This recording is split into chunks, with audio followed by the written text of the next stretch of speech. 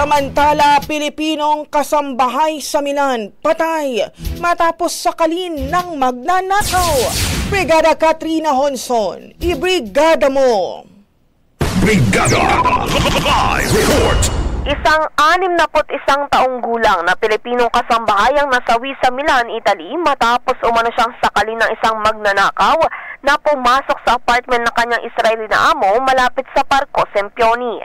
Ayon sa ulat ng Philippine Consulate General sa Milan, naaresto agad ng mga otoridad ang suspect sa mismong lugar ng krimen.